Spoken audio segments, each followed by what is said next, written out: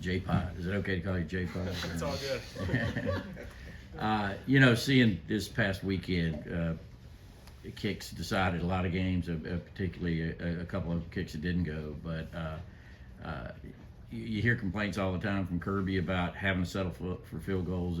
Is it almost taken for granted that those are going to be good and those 3 points are going to be, and just your role this season? Obviously, all those points are important. Right. I don't think it's taken for granted at all. Practice it every day. I think every head coach is unhappy when he's got to settle for a field goal and not a touchdown. But at the end of the day, just trying to walk out there, be consistent, make the points. So.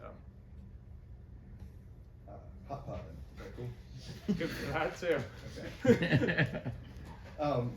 Going back to Hot Rod, you had to follow.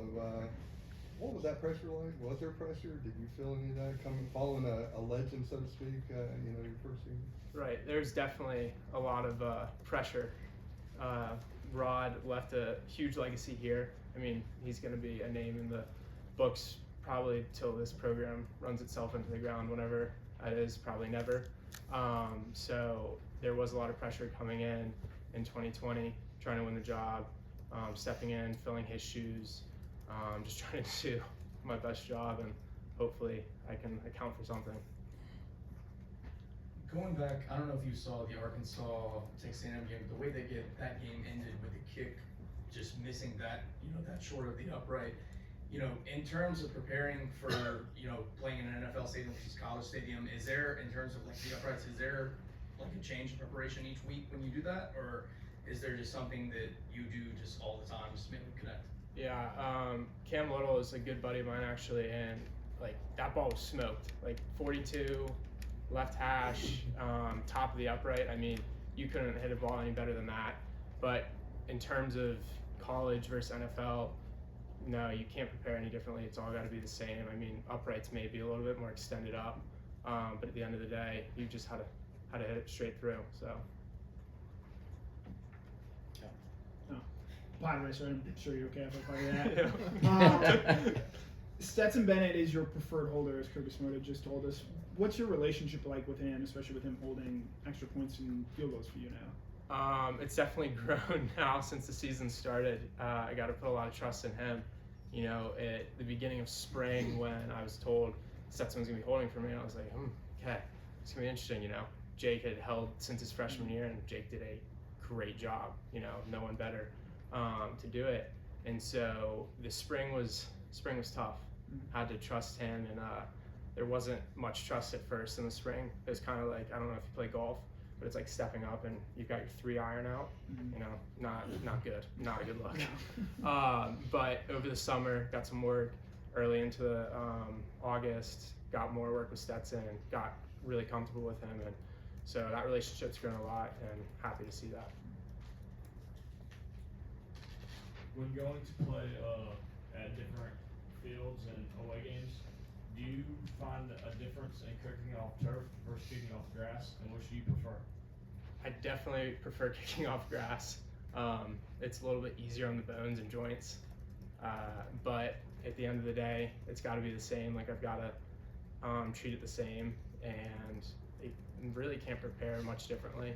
Your foot's probably gonna sink into the grass a little bit more, it'll give, versus turf where it's pretty solid. So. Jack, get back again to the work you did with Stetson over the summer.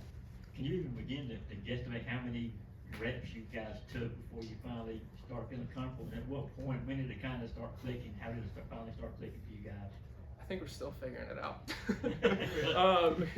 I still grab him after practice every day, and I get Payne Walker, the snapper, to snap him short snaps every day after practice. We try and hit at least 10 snaps, because you can never get comfortable. You've always got to be getting reps. So, yeah.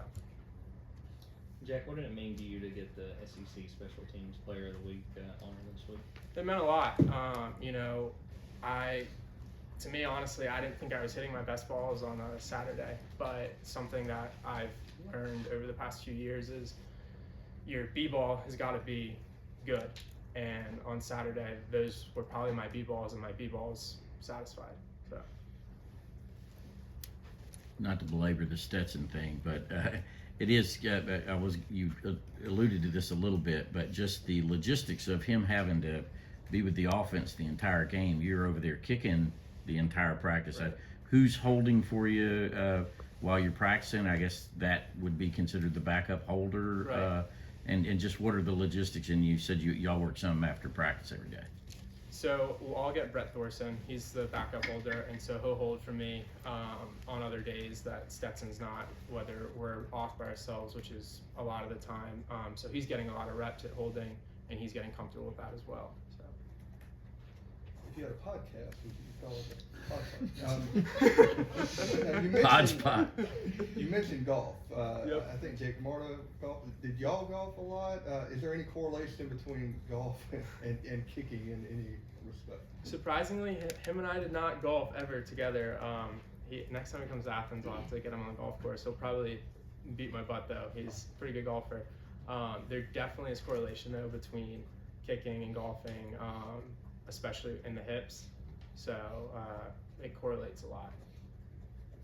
Speaking of Brett Thorson, do you have any extra stories you can tell? I know that you told us in the spring that I think he calls a hamburger cheat sandwich. Do you have any other updates on that? So I actually got to bring Brett home, let's see, July 4th. I got to bring him back to St. Simon's with me, and he's obsessed now with the fact of that he got to visit Sea Island. He's like, oh, I belong now. Like, I've visited Sea Island, I feel like I belong. But, just the interactions with Brett and the cultural differences is pretty awesome, but just he's a great guy, and getting to know him is pretty awesome. Jack, kind of still talking about Brett, we saw he kind of had to hold during that South Carolina game when Stetson got sick. How far has he come as a holder? Just because I have to imagine he didn't really have any kind of background on that before he got here. He's come a long way. He definitely, he told me when he was over in Australia, he did not practice much. It was really just punting and punting strictly. He's still learning, obviously, but he's been getting better every day. So.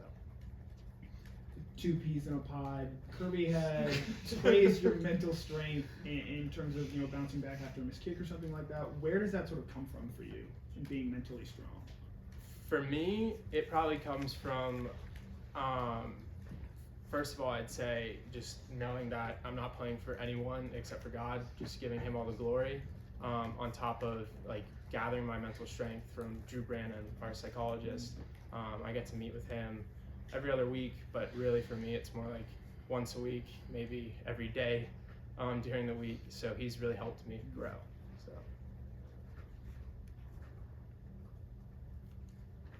Any other questions? All right. Thank you very much.